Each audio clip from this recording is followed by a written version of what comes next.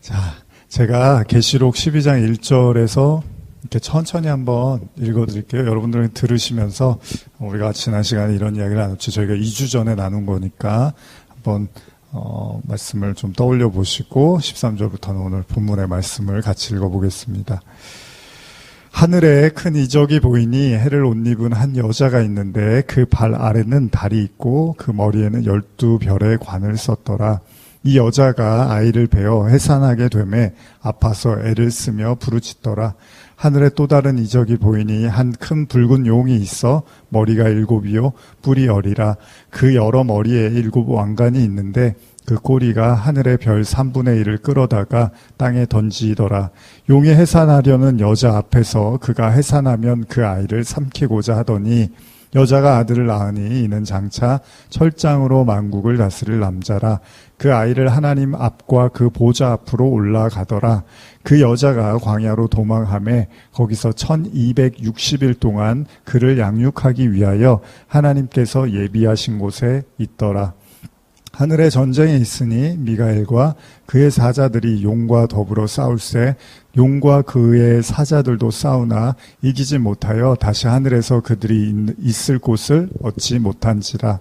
큰 용이 내쫓기니 옛뱀 곧 마귀라고도 하고 사탄이라고도 하며 온 천하를 꿰는 자라. 그가 땅으로 내쫓기니 그의 사자들도 그와 함께 내쫓기니라.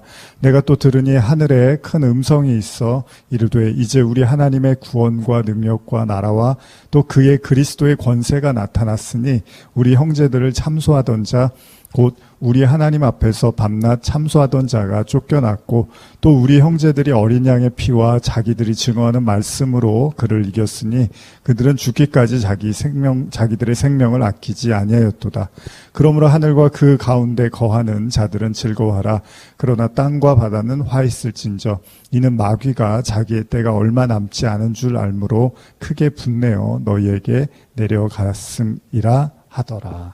여기까지가 우리가 지난 시간에 나눈 내용이었고요. 지난 시간 말씀을 좀 떠올려 보시면 하늘에 대한 말씀을 나눴습니다. 그래서 제가 하늘을 이제 우리 마음, 우리 안에 있는 성전, 마음으로도 여러분과 설명을 해드렸습니다.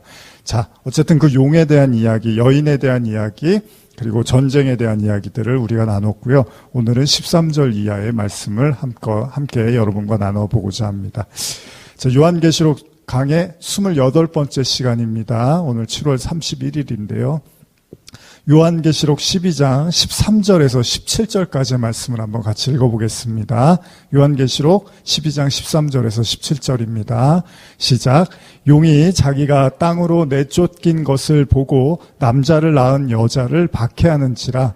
그 여자가 큰 독수리의 2 날개를 받아 광야 자기 곳으로 날아가 거기서 그 뱀의 낯을 피하여 한 때와 2 때와 반 때를 양육받음에 여자의 뒤에서 뱀이 그 입으로 물을 강같이 토하여 여자를 물에 떠내려 가려 하되 땅이 여자를 도와 그 입을 벌려 용의 입에서 토한 강물을 삼키니 용이 여자에게 분노하여 돌아가서 그 여자의 남은 자손 곧 하나님의 계명을 지키며 예수의 증거를 가진 자들과 더불어 싸우려고 바다 모래 위에 서 있더라. 자, 아멘. 자, 우리 지난 계시록 11장의 말씀 잠시 떠올려 보면요. 7번째 나팔이 불리어집니다. 제가 7번째 나팔에 대해서 굉장히 강조를 많이 했는데 이 7번째 나팔이 불리어지고 뭐라고 하냐면 하나님의 그 큰 비밀을 이제 나타내실 거다. 이런 내용들도 우리가 나눴었잖아요. 자, 어쨌든 7번째 나팔이 불려지고 하늘에 나타난 이적이 있었죠. 그 이적이 뭐냐면 해산을 앞둔 여인과 아울러서 이를 방해하려고 하는 용에 대한 이야기가 등장을 하고 있습니다. 자, 그래서 12장에서 이 용이 여인을 해산을 하려는 여인을 기다렸다가 아들을 낳게 되면 이 아이를 삼키려고 하는 매우 잔혹한 계획을 가지고 있었습니다. 자, 이 아이는 어떤 아이냐? 장차 철장으로 만국을 다스릴 자, 즉 예수 그리스도를 상징한다고 우리가 나눴죠. 그 아들은 낳아지고 그리고 하늘로 올려졌다라는 말씀을 또한 나눴습니다. 이때 여자가 광야로 도망을 하고 하나님이 예비하신 곳에서 양육을 받게 됩니다. 이윽고 하늘에는 미가엘과 용의 전쟁이 있었으나 또 여기에서도 그리스도의 피의 능력으로 결국 패배하게 되고 땅으로 쫓겨났다라는 내용을 우리가 또 나누었습니다. 그리고 나서 하늘의 음성이 이런 이제 외침이 있는데요. 계시록 12장 12절 여러분들 읽으신 본문의 바로 직전인데 이것도 한번 읽어보겠습니다. 계시록 12장 12절입니다. 시작. 그러므로 하늘과 그 가운데에 거하는 자들은 즐거워하라. 그러나 땅과 바다는 화 있을진저 이는 마귀가 자기의 때가 얼마 남지 않은 줄을 알므로 크게 분내어 너희에게 내려갔음이더라 하더라. 자, 여기 보면 하늘에 거하는 자들은 즐거워하고 땅과 바다에 거하는 자들은 이제 화가 있다라는 이야기를 합니다. 이유는 뭐냐면 마귀가 자기의 때가 얼마 남지 않은 걸 알고 분을 내서 너희에게 내려갔다라고 이야기를 합니다. 자, 쫓겨난 마귀, 결국은 용, 예뱀 뭐 다 같은 얘기입니다. 하늘에서 쫓겨났다고 해요. 그런데 쫓겨난 마귀가 모든 패배를 인정하고서 자신들의 계획을 멈추면 좋잖아요. 그런데 자신들의 때가 얼마 남지 않은 걸 알고 더더욱 기를 쓰고 땅에 있는 자들을 박해한다고 합니다. 그래서 제가 오늘 제목을 이렇게 정해봤습니다. 포기하지 않는 용의 공격. 여기에 이제 추격하다라는, 박해하다라는 뜻이 이제 추격하다라는 의미가 있거든요. 그 내용도 이제 이따가 좀 나누겠지만 계속 마귀는 사람을 그냥 뒤 흔들어 놓는다는 거예요. 가만히 놔주지를 않는다는 거죠. 자, 오늘 읽은 13절에서 용은 결국 남자를 낳은 여자를 박해했다라고 기록이 되어 있어요. 여러분들 읽으신 13절을 다시 보시면 용이 자기가 땅으로 내쫓긴 것을 보고 남자를 낳은 여자를 박해했다 이렇게 합니다. 그러니까 아이를 박해할 수 없으니까 이제 여자를 박해하는데 이 여자를 우리가 교회라고도 이제 이해를 했단 말이에요. 교회가 그래서 예수를 낳았다. 뭐 성도, 무리, 교회 뭐 이렇게도 우리가 해석을 했단 말이죠. 지난 시간에도 우리가 나누고 있지만 이 용의 박해를 생각해 봅니다. 한번 생각해 보면 예수님 탄생에서도 그랬고 우리가 이제 모세가 태어날 때도 그랬고 자, 성도가 교회와 성도가 이 땅을 살아나가는 것 그러니까 좀 더 구체적으로 말하면 우리가 하나님의 자녀로 살아가는 게 결코 쉽지 않다라는 걸 이제 보여주고 있어요. 이미 뭐 여러 차례 나누고 우리가 성경 전체에서도 계속해서 나타나고 있는 거지만 이 성도들의 인생과 이 신앙은 절대로 그러니까 평탄치만은 않다는 거죠. 항상 우리에게는 영적 전쟁이 존재하고 있고 그 영적 전쟁을 치룰 수밖에 없는 우리의 현실이라는 걸 보여주고 있는 대목입니다. 사실 우리가 만약에 이제 신앙에 별로 관심이 없고 하나님 말씀을 깊이 생각하지 않으면 뭐 예를 들면 말씀대로 막 살려고 몸부림치거나 뭐 신앙을 그냥 어떤 취미라든지 뭐 그냥 단순하게 좀 마음을 좀 편안하게 하기 위한 그 정도의 신앙으로 생각을 한다면 사실은 신앙생활이 힘든 게 아니라 인생이 힘들다고 생각하시겠죠. 많은 사람들이 그래서 뭐 돈 버는 게 힘들다, 사는 게 힘들다, 뭐 건강 문제도 그렇고 그런 게 힘들지 신앙생활은 그냥 뭐 교회 나가고 예배 잘 드리면 되는 거 아니야 이렇게 생각을 할 수도 있을 겁니다. 그러나 사실 인생살이가 힘들다는 거는 성도가 아니라 누구나 다 해당이 되는 겁니다. 삶이 편한 사람이 어디 있습니까? 편한 삶을 사는 사람이 누가 있겠습니까? 없잖아요. 모두가 다 저마다 저각기 갖고 있는 어려움과 환난과 고통들이 있습니다. 그런데 성경에서 말하는 건 그런 게 아니라 성도가 하나님의 자녀로 이 땅을 살아나가기 위해서 끊임없는 영적 공격에 시달림을 받을 수도 있다라는 이야기를 하고 있는 거죠. 항상 제가 말씀드리지만 성경에서 말하는 환난과 핍박은요, 뭐라 그랬죠? 궁극적으로는 저와 여러분들이 이제 그리스도인으로 우리가 거듭나고 성장해가는 과정에서 엄청난 연단과 시련의 과정이 나타날 수밖에 없다는 겁니다. 그래서 그런 성도들의 현실을 계시록 12장에서 여실하게 보여주고 있다고 생각할 수 있다는 겁니다. 그런 관점에서라면요, 여러분 자신도 그렇지만요, 제가 지난번에도 말씀드렸지만 한 명의 성도가 그리스도 안에서 새 생명, 그러니까 천국의 백성이 된다는 것이 얼마나 힘겨운 일인지도 반드시 생각을 해야 된다는 거예요. 지금 여러분들이 겪고 있는 현실도 그렇고 저도 마찬가지고 또 우리가 누군가 말씀을 듣고 예수님을 믿고 그 예수님의 사람으로 거듭나는 이 과정들이 절대로 순탄치가 않다는 겁니다. 이것은 단순한 육신적 삶의 영역에 국한된 이야기가 아니고요. 지극히 영적이고 또 육신의 죽음을 넘어서서 생명에 관한, 영혼에 관한 이야기니까 당연히 그러겠죠. 뭐 제가 자주 여러분들께 드리는 말씀이지만 어쩌면 우리 크리스찬들이 한편으로는 이중적이라는 생각을 할 수 있는 것 중에 하나가 뭐냐면, 제가 자주 말씀드리지만, 자, 우리가 예수님을 믿으면 천국에 가고 예수님을 믿지 않으면 지옥에 간다고 하잖아요. 지옥에 가는 그 죽음이 영원한 죽음이라며요. 그 영원한 죽음은 뭐 어떤 사람들은 정말 영원히 불에 탄다고도 하고 영원히 고통받는 곳이라고 하고 정말 1초도 쉴 수 없는 어떤 고통의 장소라고 말하는 사람도 있잖아요. 뭐 성경을 통해서 근거로 그렇게 말하기도 하고. 그러면 그렇게 영원한 고통과 죽음의 장소에 가게 되는 그것이 예수님을 믿느냐 믿지 않느냐라고 결정된다면, 그 기준이, 판단이 예수님을 믿느냐 믿지 않느냐는 것으로 결정된다면, 천국에 가는 사람들은 뭐가 그렇게 대단하다고 천국에 가고, 지옥에 가는 사람들은 또 뭘 그렇게 잘못했다고 지옥에 가고, 그런 차원의 문제만으로 생각할 수는 없잖아요. 그러니까 그냥 그 사람은 예수 믿었대, 그래서 그 사람은 천국 가는 거고, 그 사람은 예수 안 믿었대, 그러니까 그 사람은 지옥에 가는 거야. 그냥 그런 식으로만 이해할 수 있는 게 아니겠죠.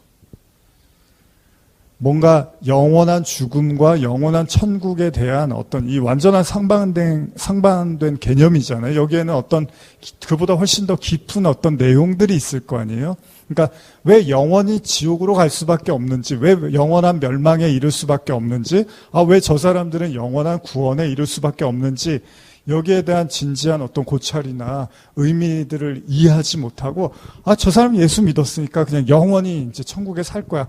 저 사람은 예수 안 믿었으니까 이제 영원히 죽음을 면하지 못할 거야. 이렇게 생각하는 건 굉장히 이중적이라는 거죠.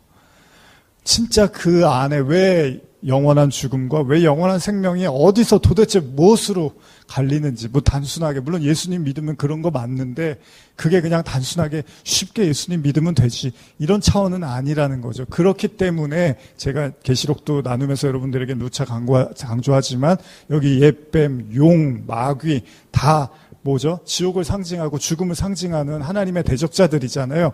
근데 그 세력들이 뭘 그렇게 영혼을 괴롭힙니까? 예수님 믿으면 된 거 아니에요? 예수님 믿으면 천국 가는 거 아니에요? 그러면 끝나는 거잖아요. 근데 뭘 기다렸다가 삼키려고 그러고 계속 괴롭히려고 그러고 또 쫓아다니고, 그거는 단순하게 지옥과 천국, 구원과 영죽음의 개념이 우리가 생각하는 그런 심플한 얘기가 아니라는 거잖아요. 근데도 불구하고 그냥 사람들이 그냥 그렇게 믿고 싶은 거, 복잡한 얘기 하지 말고 예수님 믿었으면 이제 천국 가는 거지. 그럼 좋아요. 그러면 예수님 안 믿은 사람은 뭘 그렇게 잘못했다고 영원히 죽음을 당해야 되냐는 거죠.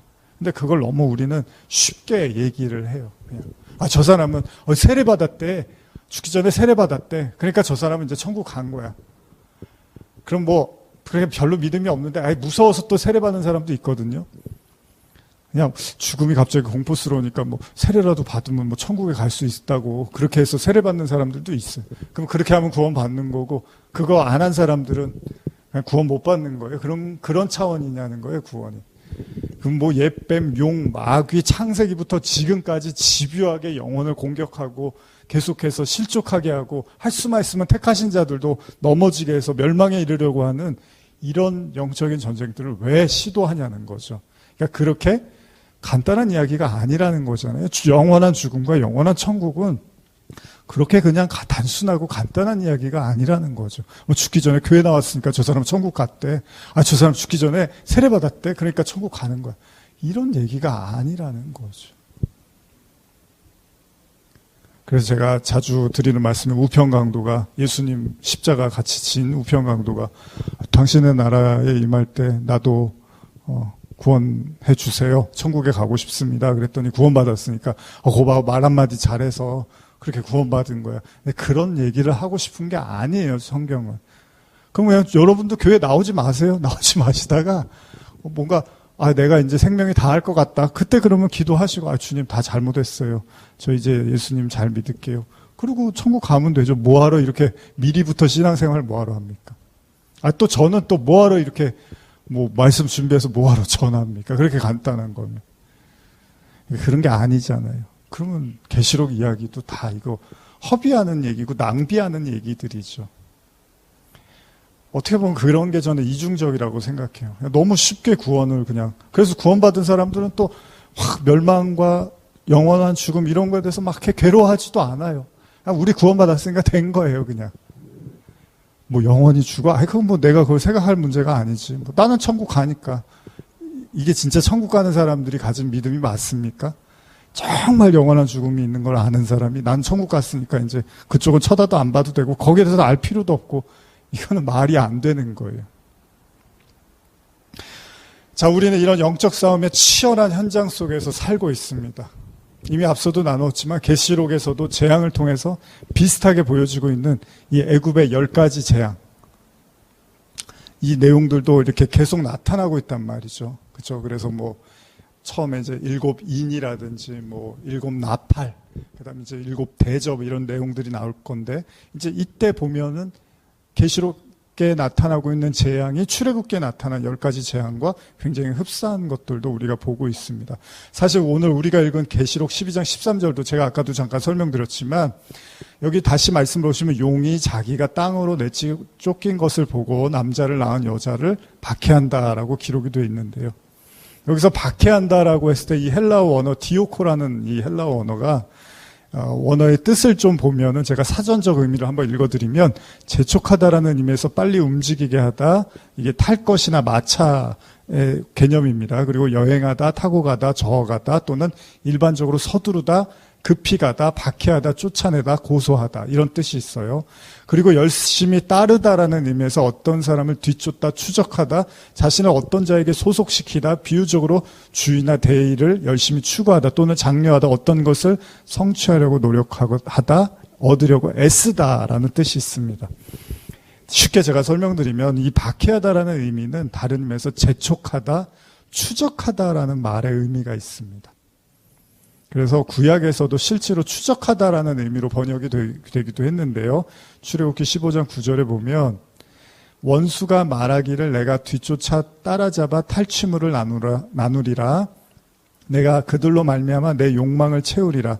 내가 내 칼을 빼리니 내 손이 그들을 멸하리라 하였으나. 여기 보면 바로가 하나님의 대결에서 자신의 욕망을 꺾지 못하고 이스라엘 백성을 뒤쫓는 장면에서 이 단어, 이게 이제 헬라어인데 그 의미적으로 구약에서 사용이 되기도 했다는 겁니다.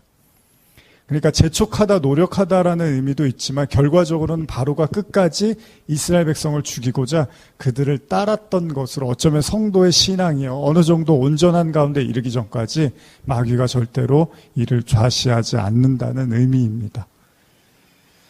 그래서 마가복음 13장 22절을 보면 거짓 그리스도들과 거짓 선지자들이 일어나서 이적과 기사를 행하여 할 수만 있으면 택하신 자들을 미혹하려 하리라, 이런 말씀이 있고요. 베드로전서 5장 8절 9절은 근신하라, 깨어라, 너희 대적 마귀가 우는 사자같이 두루 다니며 삼킬 자를 찾나니 너희는 믿음을 굳건하게 하여 그를 대적하라. 이는 세상에 있는 너희 형제들도 동일한 고난을 당하는 줄을 알미라. 제가 현대어로 이 베드로전서 5장 8절과 9절을 읽어드릴게요. 여러분의 최대의 적인 사탄의 공격에 대비하여 정신을 차리고 경계하십시오. 사탄은 배가 고파서 울어대는 사나운 사자처럼 찢어 삼킬 먹이를 찾아다니고 있습니다. 사단의 공격을 받더라도 흔들리지 말고 주님을 믿고 의지하십시오. 온 세계에 있는 그리스도인들도 이 같은 고난을 겪어왔습니다. 자, 우리가 신앙생활 하다 보면요, 하나님이 우리를 창세전에 사랑하시고 택하셨다는 교리에 대한 믿음을 갖게 됩니다.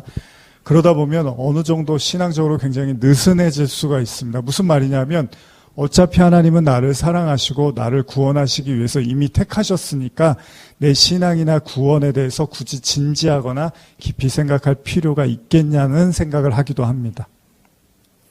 물론 큰 그림에서는 틀린 말은 아니겠죠. 하나님이 한번 정하시고 택하시면 후회하심이 없으니까 우리도 그걸 믿죠. 성경대로 하나님은 택하시고 사랑하는 자들, 그들을 구원의 길로 인도하십니다. 자, 우리가 이것을 믿는 건 당연한 일이고요. 또 흔들리지 말아야 될 사실임에는 부인할 수 없습니다. 문제는 뭡니까? 현실에서도 그게 호락호락하게 적용이 되느냐는 거예요. 여러분들이 어떤 어려움이 오고 환난이 와도 그래, 하나님은 나를 사랑하셔. 하나님은 나를 택하셨어. 나는 괜찮아. 난 흔들리지 않아. 정말 그러냐는 거예요. 그 사실이 맞는다 하더라도 우리 현실 신앙에서 체감하는 실질적인 믿음은요, 결코 그렇지 못하다는 겁니다. 그래서 계속 나누지만 이스라엘 백성들이 광야 40년 내내 하나님을 의심하고 원망을 하잖아요. 그러니까 의심하고 원망을 한다는 건 뭐죠? 하나님이 우리와 함께 하시는가? 하나님이 나를 도와주고 계시느냐? 하나님이 정말 나를 사랑하시느냐? 하나님이 이 이스라엘 민족을 택하셨느냐? 이런 내용에 대해서 얼마 동안 의심하죠?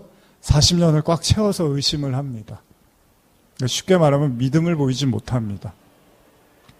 자신들 택하시고 바로의 손에서 구해주셨다는 사실을 몸소 체험했지만 그들의 일상, 그들의 하루하루 속에서 치러야 하는 영적 전쟁에서는요, 굉장히 때때로 무력해지고요. 또 하나님에 대해서 굉장히 원망을 하게 되고, 그래서 우리 가운데 계신가 그렇지 않은가를 진지하게 이제 묻고 따지기도 한다는 겁니다. 그래서 우리가 40년을 다른 의미에서 뭐라고 하냐면 연단의 시간으로 설명을 하는 거예요. 이 연단의 시간, 광야 40년의 시간이 뭐냐?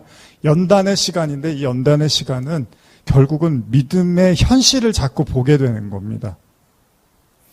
그러니까 그게 진짜 믿음인지 아닌지는 여러분 현실과 부딪혀서 싸워 나갈 때 알 수 있는 거잖아요. 그러니까 여러분들이 갖고 있는 믿음이 진짜인지 가짜인지는 현실에서 드러나게 되는 거잖아요.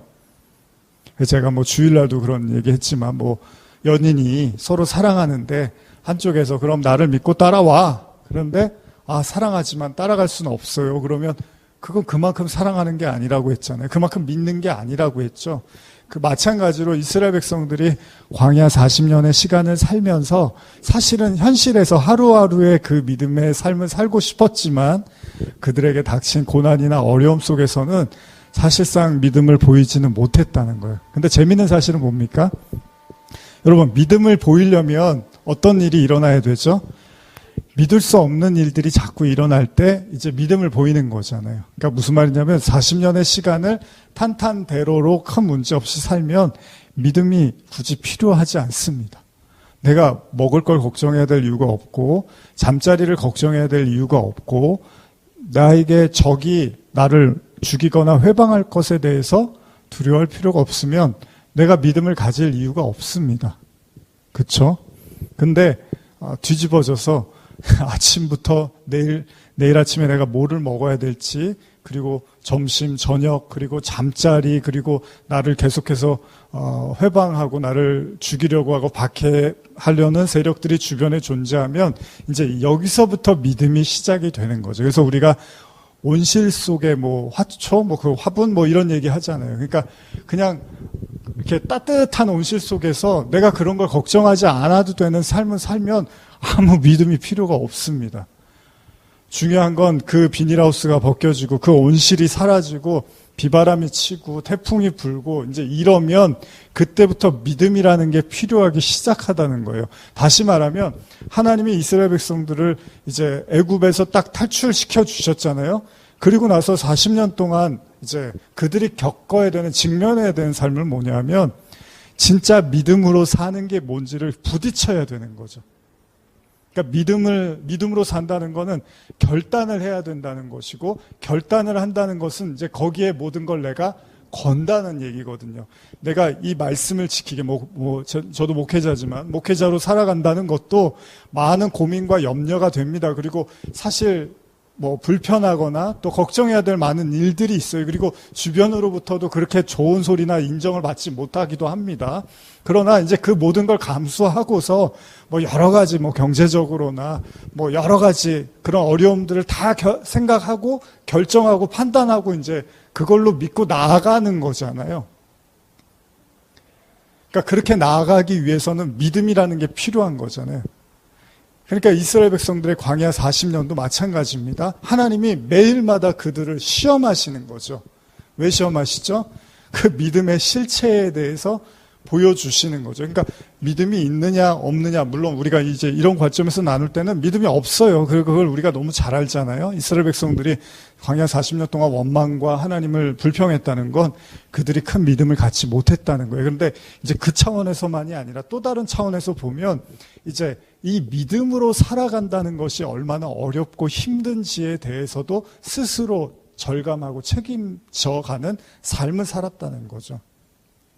제가 자주 말씀드리는 게 예수님이 제자들을 부르시고 12제자를 부르시고 그들을 가르치시고 양육하시고 3년 동안 공생애를 함께 하셨지만 사실은 이미 그들은 예수님을 따르기로 작정하고 결정한 사람들이고 그들은 모든 걸 내어 던지고 예수님을 쫓았던 사람들이라는 거죠. 그렇기 때문에 그들이 예수님이 부활하시고 승천하신 다음에 성령이 오셨을 때 그들이 담대하게 이제 모든 걸 다 던져버리고 복음을 전하는데 목숨을 이제 내놓을 수가 있었던 거죠. 그게 다 뭐냐 하면 사실은 그 믿음의 과정, 그 믿음의 연단과 연속성 속에서 그들이 어쨌든 간에 그 훈련들을 받아왔다는 거예요. 그러니까 공생의 3년은 결코 우스운 시간이 아니었던 거죠. 왜냐하면 얼마든지 도망갈 수 있었어요. 예수님이 하시는 일들이나 말씀이나 이런 사역들을 보면서 얼마든지 제자들이 저분이 하는 것들을 내가 더 이상 따라가기가 어렵다, 불편하다, 힘들다, 그냥 도망갈 수도 있었던 거예요. 그래도 예수님 잡지도 않으셨을 거예요. 그런데 어쨌든 간에 그들이 3년 동안 예수님을 따라갔고 그러나 마지막에 그들이 경험했던 건 뭡니까? 내가 예수님을 잘못 쫓았구나. 내가 예수님을 따른 것이 이게 내가 잘못된 결정이고 선택이었구나라는 이제 그 십자가의 그 멸망, 그 패망의 지점까지 이르게 되는 거죠. 그때 비로소 이제 제자들 모두가 느꼈을 거예요. 정말 이 믿음이라는 것이 내 안에 아무것도 없었던 것이구나. 그러니까 나는 보이는 예수님을 쫓았을 뿐이지 그가 하나님의 아들이라든지 그를 통한 하나님의 구원이나 영생에 대해서는 눈꼽만큼도 믿을 수 없었다는 것을 제자들은 이제 뼈저리게 느꼈던 거죠. 중요한 건 뭡니까? 믿음이라는 건 현실이라는 겁니다. 그리고 그 현실을 부딪혀 나가고 그 현실 안에서 결단하고 결정하며 자신의 모든 것을 조금씩 하나님 앞에 내어드릴 수 있는 삶을 사는 거죠. 우리가 이걸 이제 광야 교회라고도 합니다. 그래서 사도행전 7장 37절 38절에 이스라엘 자손에 대하여 하나님이 너희 형제 가운데서 나와 같은 선지자를 세우리라 하던 자가 곧 이 모세라. 시내산에서 말하던 그 천사와 우리 조상들과 함께 광야 교회에 있었고 또 살아있는 말씀을 받아 우리에게 주던 자가 이 사람이라. 자, 스테반이 뭐라고 하냐면 이제 이 광야의 시간이 교회라고 합니다. 그리고 여기서 사용된 교회의 헬라어는 에클레이샤, 잘 아시죠? 단순한 모임이나 회중 그런 교회 개념이 아니라 엄밀히 말하면 세상으로부터 무엇으로부터 불려내어진 자들의 모임이라고 할 수 있습니다. 그러니까 이 광야교회라는 말이 어울리는 건 지금 이스라엘 백성들이 세상을 상징하는 애굽의 치하로부터 불림을 받아서 이제 광야에서의 삶을 살게 됐기 때문이죠. 다시 말하면 교회라는 건 세상과 죄악의 어떤 세력이나 통치로부터 벗어나서 하나님의 통치, 하나님의 교통과 다스림을 받는 곳이고 거기서 계속 연습을 하는 거예요. 배우고 학습하고 또 실패하고 또 넘어지고 다시 또 일어나서 또 싸우고 이런 것들을 계속해서 경험하는 것이 광야 교회라고 하는 거죠. 그런데 어떻죠? 이스라엘 백성들은 여전히 애굽을 동경했고 그리워했고 사실은 때때로 바로가 하나님보다 낫다고까지 생각을 하게 됩니다. 스테반은 자신의 설교에서 계속 말을 하는데요. 좀 길지만 한번 요거 같이 한번 읽어볼게요. 사도행전 7장 39절에서 43절입니다. 사도행전 7장 39절에서 43절입니다. 한번 찾으셨으면 같이 읽어보겠습니다. 우리 조상들이 모세에게 복종하지 아니하고자 하여 거절하며 그 마음이 도리어 애굽으로 향하여 아론더러 이르되 우리를 인도할 신들을 우리를 위하여 만들라. 애굽 땅에서 우리를 인도하던 이 모세는 어떻게 되었는지 알지 못하노라 하고 그때 그들이 송아지를 만들어 그 우상 앞에 제사하며 자기 손으로 만든 것을 기뻐하더니 하나님이 외면하사 그들을 그 하늘의 군대 섬기는 일에 버려두셨으니 이는 선지자의 책에 기록된 바 이스라엘의 집이여 너희가 광야에서 40년간 희생과 제물을 내게 드린 일이 있었느냐 몰록의 장막과 신 레파네의 별을 받들었으며 이것은 너희가 절하고자 하여 만든 형상이로다. 내가 너희를 바벨론 밖으로 옮기리라 함과 같으니라. 제가 좋아하는 말씀이기도 하고 중요하다고 생각하는 말씀입니다. 그러니까 좋아하다는 게 뭐 단순히 즐거운 말씀이라는 얘기가 아니라 중요한 말씀이라는 거죠. 스테반이 그런 말을 해요. 이스라엘 백성은 하나님과 동행했는데 하나님께 진정한 제사를 지낸 적이 없다는 거예요. 오히려 애굽에서 섬기던 그 우상들을 섬기고 있었고 세상신을 계속 섬기려고 했다는 겁니다. 바로 양육이 필요했던 거죠. 그러니까 양육이 왜 필요하냐 하면 그 과거의 그 세상의 그 옛사람의 구습을 계속 버리지 못하고 있는 이스라엘 백성들의 모습을 광야를 통해서 다 보게 됐다는 거예요. 하나님께서 10가지 재앙으로 눈에 보이는 바로와 애굽을 멸하시기는 했지만 문제는 뭐죠? 눈에 보이지 않는 이 백성들 내면의 우상을 제거하기에는 결국 광야 교회가 필요했던 거죠. 여러분 왜 이스라엘 백성들이 광야 40년을 돌 수밖에 없었죠? 가나안을 목전에 두고 그죠? 이스라엘 백성들이 가나안을 목전에 두고서 12 정탐꾼을 보내고 그들의 말을 듣고서 절망하죠. 가나안 땅을 보고서 거기에 정말 거인과 같은 우리는 그냥 메뚜기 같은 초라한 존재라는 생각에 겁을 먹고 이렇게 다시 두려움에 떨면서 모세를 원망하고 하나님을 원망할 때 하나님께서 안 되겠다. 너희들이 나를 믿지 못하면 광야로 다시 돌아가자라고 해서 그들이 이제 광야의 생활을 시작하게 됐죠.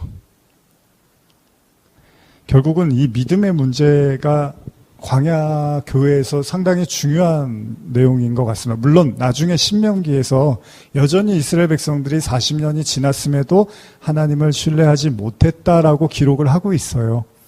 그래서 은혜로 하나님께서 가나안에 들어가게 하셨다라는 말씀이 있긴 하지만 그럼에도 불구하고 광야 40년은 계속해서 믿음을 시험하시는 하나님의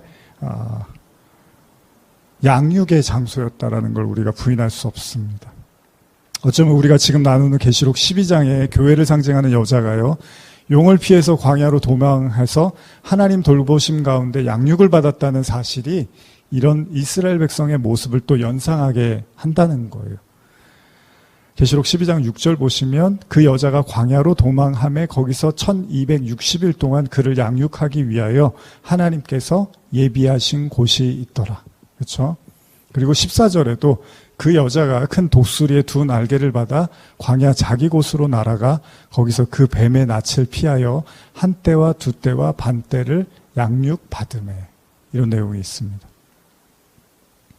근데 여기서 보시면요, 여러분 말씀을 보시면 이 여자가 1260일 동안 하나님이 예비하신 곳에 있고 또 14절에서도 그 여자가 한 때와 2 때를 양육받으며 이런 내용이 있는데 그럼에도 불구하고 동시에 뭐라고 써있냐면 사단의 공격이 멈출 줄을 모릅니다.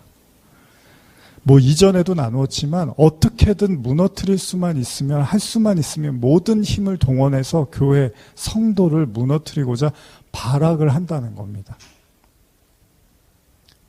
자, 계시록 12장 15절 16절도 여러분 읽으셨는데 제가 현대로 읽어드릴게요. 뱀은 큰 홍수를 일으키듯 물을 입에서 뿜어내 여인을 휩쓸어 버리려고 하였습니다.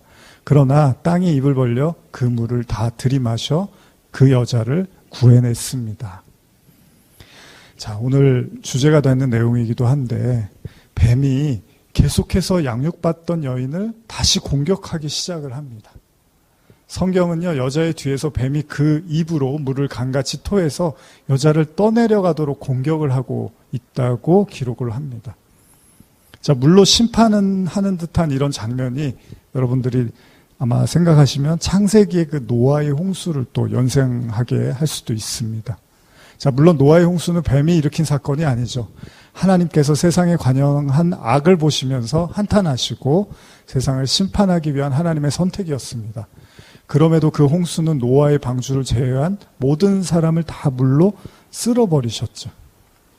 다시 말하면 악한 자들에 대한 심판이었고 동시에 하나님의 은혜를 입은 자들은 살아남는 전형적인 심판과 구원에 관한 이야기입니다. 자, 그런 관점에서라면요, 여러분. 자, 교회를 상징하는 여자가 자, 사단의 어떠한 공격에도 살아남을 수밖에 없다라는 것을 지금 이제 성경이 암시를 하고 있는데 무슨 말이냐면 모든 재앙과 심판은 다시 말하면 모든 재앙과 심판은 결국은 그러니까 이게 이제 우리가 가져야 될 가장 중요한 믿음 중에 하나겠죠. 모든 재앙과 심판은 결국은 하나님의 허락이 떨어지지 않으면 어떤 일들도 일어날 수 없다라는 것을 우리가 직시한다면, 인정한다면 하나님 또한 사단의 온갖 계략과 아무런 많은 술책과 그리고 우리에 대한 방해와 박해가 있다 하더라도 성도들을 계속 지키고 계속 건져내신다는 이야기이기도 합니다. 다시 말하면 아까 광야의 이야기로 돌아가보면 출애굽한 이스라엘 백성들이 광야 생활을 하면서 많은 공격을 계속 받습니다. 주변의 그 족속들로부터요. 그러나 이방 족속들로부터 공격을 받지만 결국은 하나님께서 계속해서 지켜내시고 그들을 살려주신다는 겁니다. 노아의 홍수가 하나님의 심판이었다면요. 이 출애굽기에 또 다른 물을 떠올리게 하는 사건이 있는데 그게 뭐죠? 바로 홍해 사건이죠. 여기서는 이제 좀 유사한 장면을 볼 수 있는데 이것도 가만히 보시면요. 하나님께서 은혜로 이스라엘 백성을 애굽에서 꺼내시고 그리고 나서 홍해가 보이는 그곳 앞에 장막을 치고 머무르게 하십니다. 자, 그리고 나서 바로가 추격이 시작됩니다. 자, 이제 모든 애굽의 압제로부터 벗어났다고 안심을 하고 있었던 이스라엘 백성들이 갑자기 바로의 추격을 듣고 굉장히 그 평화로웠던 마음이 공포와 죽음의 상황으로 바뀌게 됩니다. 쉽게 말하면 바로와 그 마병들이 들이닥치면서 이스라엘 백성들이 덜덜덜 떨면서 꼼짝을 못하고 이제 우리는 홍해에서 수장되는구나, 죽었구나라고 생각을 해요. 그래서 심지어 모세한테 우리가 죽을 데가 없어서 여기 홍해에 지금 와서 죽게 만들려고 우리를 여기까지 이끌었습니까? 라는 원망까지 핀잔도 합니다. 다시 말하면 이 상황이 그대로 진행이 되면 이스라엘 백성들은 홍해에서 빠져서 죽게 되는 거예요. 무덤이 되는 거죠. 지금 계시록에서도 뱀이 물을 뿜어내서 여자를 물에 떠내려가려고 하려고 하잖아요. 그러니까 이게 사실 여러분들의 출애굽기하고 굉장히 그 계시록 내용이 이렇게 비슷한 내용들이 굉장히 많이 등장을 하고 있습니다. 근데 16절에 보면 땅이 여자를 도와서 토한 물을 삼켰다라고 기록을 하면서 여기 제가 주석을 좀 읽어드릴게요. 이 뭐라고 써 있냐면 강물을 삼킨 이는 팔레스틴 땅이 주로 모래로 구성되어 있어서 어떤 큰 홍수가 일어난다 해도 얼마 가지 않아 땅 위의 물을 모두 흡수하게 되는 지리적 환경을 반영한 것으로 출애굽기 15장 12절에 진술된 바와 같은 하나님의 보호를 시사한다. 애굽의 군대들이 출애굽한 이스라엘 백성을 추격할 때 하나님께서 구원의 능력으로 이스라엘을 보호하신 것처럼 하나님은 성도들을 해하고자 하는 사단의 수많은 괴계에서 성도들을 보호하시며 인도하실 것이다. 이렇게 기록이 돼 있어요. 그래서 출애굽기 15장 12절에 보면 주께서 오른손을 드신 즉 땅이 그들을 삼켰나이다 라고 이렇게 기록이 되어 있습니다. 그러니까 잘 한번 생각해 보시면요. 사실은 이제 우리가 영적 전쟁을 이야기할 때 저도 예전에 뭐 영적 전쟁과 관련된 책을 한동안 되게 이렇게 좋아해서 오래전에 이제 뭐 청년 시절이라든지 뭐 신학교 다닐 때 많이 읽었던 기억이 나는데 근데 영적 전쟁에서 가장 중요한 요소가 있는 것 같아요. 그게 뭐냐면 그 모든 영적 전쟁을 주관하시는 분도 하나님이라는 거죠. 그러니까 하나님이 정말 사탄하고 싸워서 하나님이 진짜로 사단하고 싸워서 질랑말랑하다가 어렵게 하나님이 이겨주시는 게 아니라 사단이 여러분들에게 영적 전쟁을 걸어오려고 할 때 하나님의 허락이 떨어지지 않으면 그 전쟁 자체도 할 수 없다는 거죠. 그러니까 지금 최소한 우리에게 일어나고 있는, 우리가 겪고 있는 현실, 이 모든 전쟁은 일단은 하나님의 허락이 떨어진 거라고 봐야 되는 거예요. 그리고 그 하나님의 허락이 떨어졌다라는 것은 이미 하나님이 피할 길이라든지 또 우리가 얼만큼 견딜 수 있고 얼만큼 여기에서 우리가 인내할 수 있는지 이런 모든 것들에 대한 계산도 하나님은 다 끝난 상태라는 겁니다. 여러분, 홍해 사건을 다시 한번 떠올려 보세요. 이스라엘 백성을 홍해로 이끄신 분이 하나님이에요. 제가 아까도 계속 말씀드렸죠. 믿음이라는 건 도저히 믿을 수 없는 상황이 와야지만 믿음이 실제하는 거거든요. 그러니까 하나님이 이스라엘 백성들을 홍해에서 애굽에서 끌어내시고 홍해가 아닌 다른 방향으로 이끌어 가시면 되는 거예요. 근데 하나님의 목적이 그게 아니에요. 그거였으면 왜 가나안 땅을 40년을 돌게 하셨습니까? 그게 말이 안 되는 거예요. 그 일주일도 안 되고 10일도 안 돼서 갈 수 있는 땅을 어떻게 40년을 돌게 하십니까? 이거는 아무리 상식적으로 생각해도 말이 안 되는 거잖아요. 여러분, 신앙생활은 상식적으로 생각하면 말이 안 되는 게 신앙생활입니다. 지금 여러분들이 이렇게 앉아있잖아요. 우리가 말씀 나누고 있고. 이게 다 비상식적인 거예요, 사실은. 여러분, 아브라함이 25년이나 이삭을 기다리는 건 이건 너무나 비상식적인 거예요. 사도 바울이 성령을 받고 은혜를 경험하고 목숨을 정말 이렇게 내놓고서 막 가서 예수를 너희가 죽였다고 이런 말을 하는, 이건 도저히 상식적인 얘기가 하나도 아니에요. 여러분, 요한계시록은 상식적입니까? 무슨 얘기인지도 잘 모르겠잖아요. 근데 우리가 이걸 깊이 파고들고서 말씀을 묵상하고 여기서 진리를 끌어내려고 하잖아요. 이것 자체가 다 상식적이지가 못한 얘기인 거예요. 하나님의 믿음의 실현과 그 믿음을 연단시키는 과정은 전혀 상식적이지 않습니다. 그래서 제가 저도 성경 읽으면서 참 이렇게 혀를 끌끌끌 내찾는 것 중에 하나가 뭐냐면, 홍해를 가르고요. 여러분, 이스라엘 백성들 너무 기뻐갖고 막 미디안과 함께 막 그 찬양을 하고 노래를 불러요. 하나님을 경배하고. 근데 그 다음에 사흘 길도 못 가서 물이 없어갖고 마라의 쓴물 앞에서 하나님을 원망하고 저주할 수밖에 없는 상황을 맞닥뜨리게 합니다. 그런 거는 우리가 이렇게 이해가 안 가는 거예요. 이게 사람을 약 올리려고 하는 건지 아니면 사람을 뭐 이렇게 달달달달 볶는 것을 뭔가 즐거워하시는 건지, 어떻게 하나님이 구해줬다라는 그 기쁨에 환희에 찬 사람들을 조금 있다가 물이 없어서 목말라서 죽게 만드는 상황까지 오게 한다는 건 이게 도저히 상식적으로 이해가 가지 않는 거예요. 근데 하나님은 그런 방법을 택하시고 그 홍해 건너기 직전의 방법이 뭐였습니까?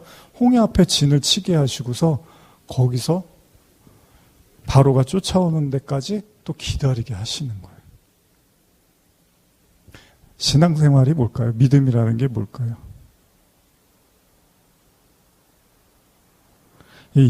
어떻게 보면 이런 신앙생활을 한다는 게 얼마나 이렇게 피곤합니까? 지치고. 여러분, 아까 박해하다는 게 추격하다라고 했잖아요. 근데 이스라엘 백성들을 홍해 앞에 하나님이 진치게 하시고 바로와 그 군대들이 이렇게 추격을 와요.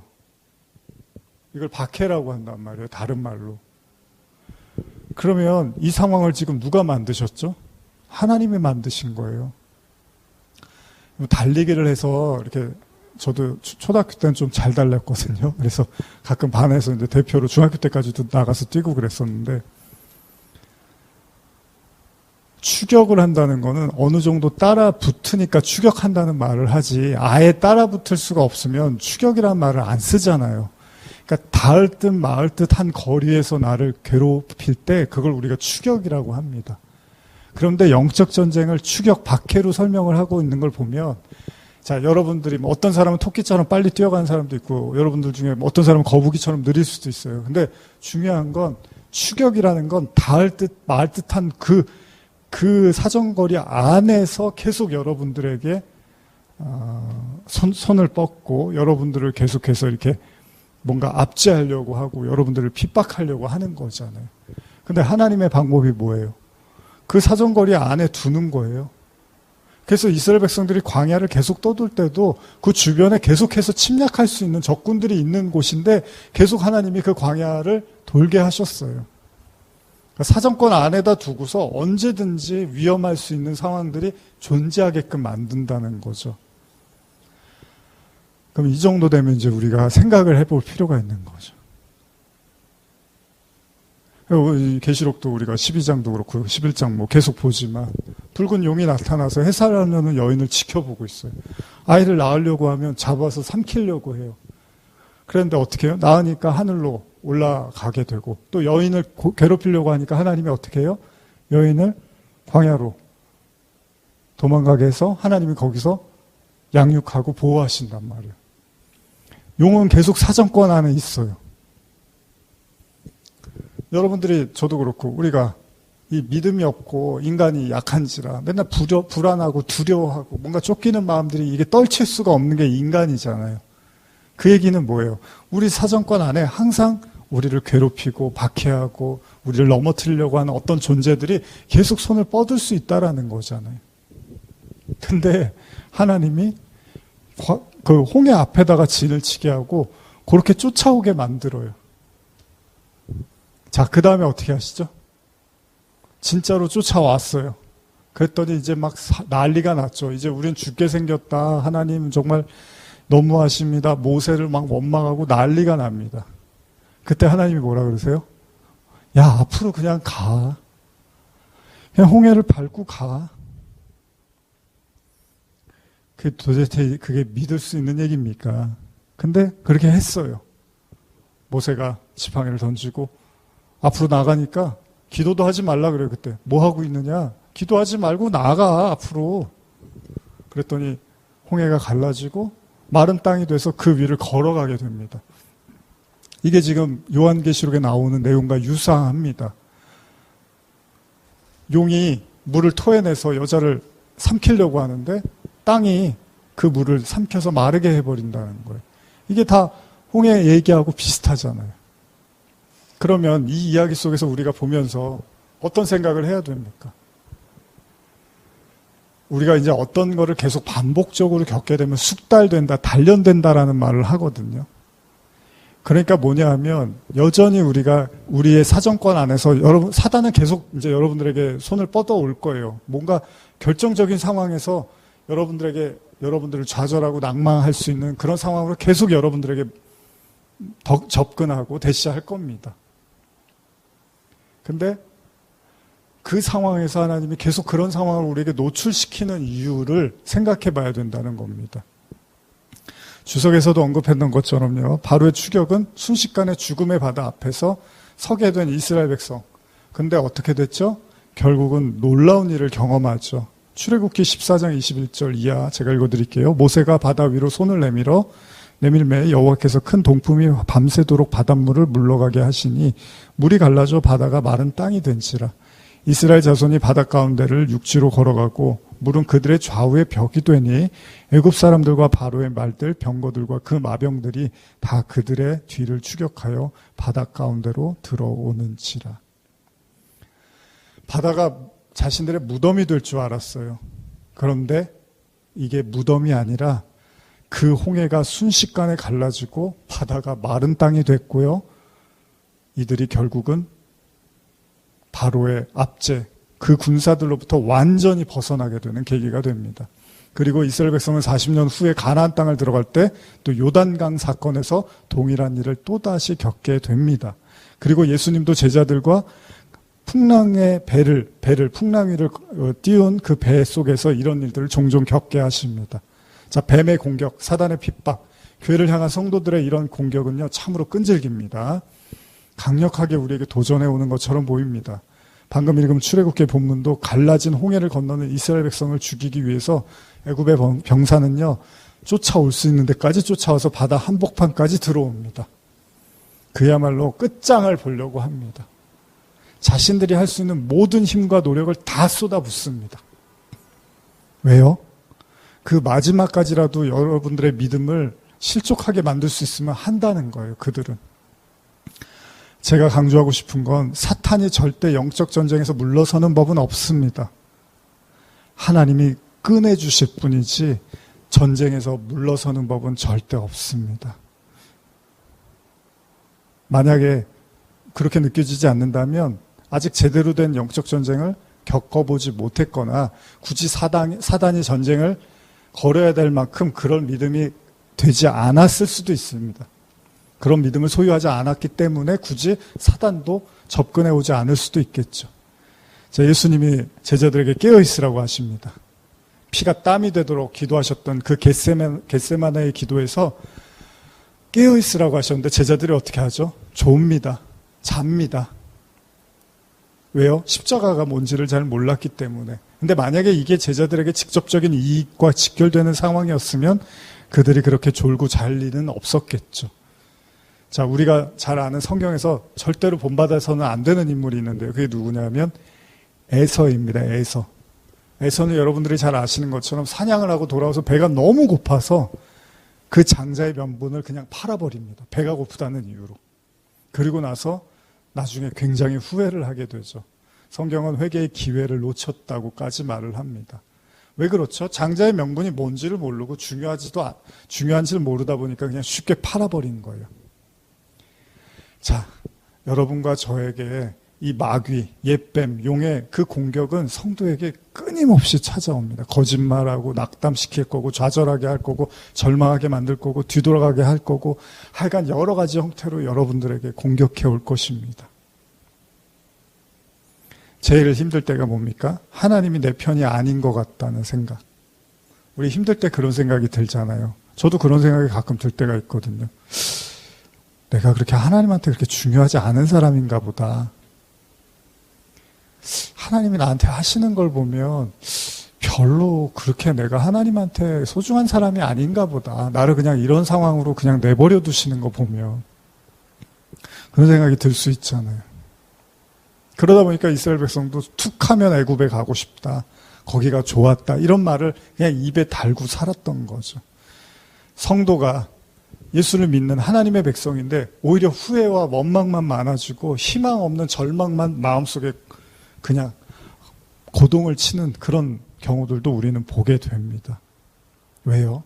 이 모든 것들이 그 용, 옛뱀, 마귀가 계속해서 우리에게 펼치고 있는 절대 성도로서, 교회로서, 하나님의 자녀로서 그 정체성을 유지하고 사는 것을 절대로 곱게 내버려 두지 않는다는 것입니다. 그래서 여러분들이요, 너무 심한 절망이나 너무 심한 후회나 원망이나 너무 심한 하나님에 대한 어떤 좌절감을 갖고 있으면 한편으로는 물론 그만한 고통 때문인 것도 알겠지만 또 다른 한편으로는 그것을 한순간이 아니라 계속해서 사단도 공을 들인 거예요. 거기까지 오도록. 사실 영적 전쟁이라는 게 우리 힘으로 다 이기고 지고 그런 게 아닙니다. 솔직히 말하면. 용의 공격이 얼마나 대단하겠습니까? 그리고 하나님이 우리에게 알아서 한번 이겨보라고 좌시하시는 분은 더더욱 아니겠죠. 그 싸움은 치열합니다. 힘에 부치는 게 사실입니다. 그러나 아까 제가 여러분들에게 강조했던 그 홍해 사건을 한번 떠올려 보시면 결국은 하나님이 그려놓은 그림은 뭐냐 하면 여러분들에게 아무리 사정권 안에서 여러분들에게 손을 뻗어오고 여러분들을 잡아서 낚아채서 넘어뜨리려고 하는 그 기운과 그 힘이 우리에게 느껴진다 하더라도 결국 하나님은 여러분들을 이기게 하시려고 하기 위한 결국 그 믿음을 자라게 하시기 위한 하나님의 연단이고 양육이었다는 사실을 우리가 이해하고 경험하고 느낄 필요가 있다는 것입니다. 얼마 전에도 그 권사님 만나고 이렇게 왔는데 저한테 자주 하시는 말씀이 갑자기 이제 넘어지셔서 이렇게 기부스 하시고 참 입원까지 하시고 나오셨는데 저한테 뭐라 그러시냐면 목사님 제가 이렇게 또 넘어져서 이렇게 됐어요 그러시더라고요. 그래서 아유 저 걱정이 너무 마음이 제가 너무 상해서 이제 다치셨다는 말씀을 드리니까 마음이 좀 그렇더라고요. 그래서 이제 가서 뵀는데 권사님이 그냥 대번에 그러시더라고요. 아이고 또 저한테 하나님이 무슨 복을 주시려고 이렇게 또 어렵게 하셨는지 모르겠다고 그러면서 또 좋은 일이 생기겠죠? 저한테 그러시더라고요. 참 신앙의 연륜이 무서운 것 같습니다. 사실 그 정도로 이제 좀 다치고 이러면 좀 나이도 많아지고 비관하고 이제 갈 때가 다 됐나 봐요. 뭐 이런 얘기를 하실 만도 한데 오히려 권사님은 그렇게 말씀하시지가 않더라고요. 그래서 항상 저한테도 저 관양동에 있을 때도 그러셨던 것 같아요. 목사님, 뭐 힘든 일이 있으면 그렇게 생각하세요. 뭘 또 좋은 걸 주시려고, 선물을 주시려고 그러시나. 그런 말씀을 이제 저한테 이렇게 해주시더라고요. 사실은 제가 이렇게 홍해 설교를 예전에 이렇게 가끔 하면 참 좋았어요. 왜냐하면 그 성도가 절체절명의 위기의 상황에 딱 맞닥뜨리면 정말로 암담하잖아요. 아무것도 보이지 않고. 거기에다가 적군이 쫓아오고 이제 망할 일만 딱 남은 건데 그때 하나님이 홍해를 확 가르는데 이거보다 더 드라마틱한 이야기가 어디 있습니까? 그리고 이런 일들이 우리에게 일어날 수 있고 여러분들에게 일어날 수 있다고 설교하는 설교자도 굉장히 행복하거든요. 그러나 그것을 현실로 맞닥뜨리는 건 절대로 그렇지는 않겠죠. 정말 소위 똥줄을 탄다고 하잖아요. 정말 죽을 것 같을 거예요, 아마. 하나님은 없어. 최소한 나한테 하나님은 진실이 아닌 것 같아. 하나님 내 편은 아닌 게 분명해. 나 가룟 유다인가? 나 버리셨나? 나 그냥 요만큼만 쓰시고 말려고 그러나? 뭐 별의별 생각이 다 들 거예요. 근데 그 홍해가 갈라지는 순간에 그제서야 하나님이 나랑 함께 하시는 게 맞구나. 이제 이걸 우리가 겪어야 되는 거잖아요. 이걸 우리가 경험해야 되는 거잖아요. 그러기 위해서 필요한 게 바로 광야 교회라는 겁니다. 그리고 그 광야 교회에서 하나님은 3년 반, 한때, 두때, 반때를 그 여자를 연단시킨다는 의미가 그렇게 나와 있는 거죠. 그러나 마귀가 내버려 두지는 않아요. 그 와중에도 계속해서 공격하고 이스라엘 백성들이 광야에 들어갔다고 영적 전쟁이 없었던 건 아니잖아요. 중요한 건 하나님이 보호하고 계시다는 거죠. 여러분 성도의 모든 삶과 인생은 하나님께서 다 보호하고 다스리신다는 겁니다. 학교에서 우리가 이제 학교 생활을 하잖아요. 물론 뭐 가끔 불미스러운 일이 있을 수도 있고 생각지도 못한 사람이 하는 일이다 보면 사건들이 있을 수는 있지만 큰 틀에서 보면 우리가 이제 선생님을 믿고 따라가는 거잖아요. 선생님을 믿고 어떤 모든 교육 과정과 훈련 과정을 쫓아가는 거죠. 그리고 선생님이 우리를 아끼고 사랑하고 우리를 잘 양육하기 위한 그런 모든 행동이라는 걸 믿고 이제 학교 생활을 하는 거죠. 우리가 신앙생활을 하는 것도요. 하나님이 막 뭔가 치열한 어떤 이 세상 속에 여러분들을 풀어놓고서 어떻게 영적 전쟁 잘해서 살아남는 놈들은 살아남고 뭐 죽는 놈들은 할 수 없지 이게 아니라 하나님이라는 그 운동장 안에서 지금 다 일어나고 있는 일들이 있고 그래서 아무리 엄청난 거대한 적군들이 여러분들에게 다가온다 하더라도 하나님의 돌보심과 보호하심 아래 일어나는 일이라는 겁니다. 계시록 12장 6절 한번 다시 읽어볼까요? 시작. 그 여자가 광야로 도망하매 거기서 1260일 동안 그를 양육하기 위하여 하나님께서 예비하신 곳이 있더라. 사실 이 말씀을 준비하면서 가장 위안이 됐던 게 하나님이 예비한 곳, 근데 뭘 하신다고요? 양육을 하시기 위해서. 여러분들이 말씀으로 이렇게 양육받는 거 의미가 있는 거죠. 중요한 거죠. 예수님도 제자들이 풍랑에 휩싸여서 이제 죽었구나라고 괴로워할 때 예수님이 무리를 걸어오시면서 말씀하시잖아요. 왜 두려워하느냐? 그러면서 바다와 파도를 잠잠하게 하시죠. 우리 지난주에 나눈 요나서도 그렇잖아요. 요나가 하나님의 말씀을 거절하고 떠났지만 결국 바다에 빠져서 죽는 줄 알았는데 요나가 하나님의 뜻을 깨닫자 물고기를 예비하시고 이제 이번 주에 나누겠지만 물고기 뱃속에서 기도하는 장면들을 우리가 보게 되죠. 그러니까 하나님의 수중을 벗어날 수 있는 우연이나 그런 사건들은 존재하지가 않는다는 거잖아요. 마가복음 4장 41절 보시면 제자들이 그 예수님의 기적을 보고 이렇게 말합니다. 그들이 심히 두려워하여 서로 말하되 그가 누구이기에 바람과 바다도 순종하는가 하였더라. 결국 제자들은 보게 됩니다. 예수님이 이 세상 만물을 순종하게 하셨다는 것을 알게 되는 거죠. 그러니까 예수님도 하나님도 사실 모든 통치권을 다 가지고 계시잖아요. 아무리 풍랑이 휘몰아치고, 그래서 내가 탄 배가 바다에 빠질 것 같고, 이제 모든 게 다 끝났구나. 그 엄청난 영적 전쟁에서도 하나님의 통치와 주권은 변함이 없습니다. 하나님이 나를 도우시고 건져내실 것에 대한 믿음, 여러분들이 그 믿음을 가지면 그만큼 편안해질 수 있는 거고, 그 믿음을 갖지 못하면 그만큼 추격당할 것입니다. 쫓길 거예요. 계속 마음이 불안하고 쫓기게 될 거고, 그만큼 믿게 되면 믿는 만큼 여러분들이 편안함과 그 안정감 속에서 살아가게 되겠죠. 근데 하나님이 우리에게 광야에서 시간을 허락하신 이유는 이제 더 믿으라는 거잖아요. 믿음의 영역을 더 확장시키라는 거죠. 그래서 가나안 땅 들어가서 땅 나눠주는 게 그런 얘기거든요. 여러분들이 믿음이 믿음으로 완성이 되어져 갈 때 바로 여러분들이 가나안 땅, 여러분들의 내면에 하나님의 나라, 하나님의 통치권이 임했다라는 것을 이제 여호수아서를 통해서 보여주는 거거든요. 결국 믿는 만큼 편안해지는 거고, 결국 믿는 만큼 두려움이 떠나가는 거고요. 결국 믿는 만큼 담대해지는 거죠. 그러나 믿지 못하는 만큼 절망에 휩싸일 거고, 믿지 못하는 만큼 두려워할 거고요. 믿지 못하는 만큼 괴로움만 더 하겠죠. 이게 성도의 생리입니다. 그냥 성도가 겪게 되는 삶인 거예요. 내가 믿으면 믿을수록 더더욱 내 마음속에 고요함이 올 것이고, 못 믿으면 못 믿을수록 요동치는 내 마음을 보게 될 것입니다. 계시록 12장 17절 읽고 이제 마무리하겠습니다. 시작.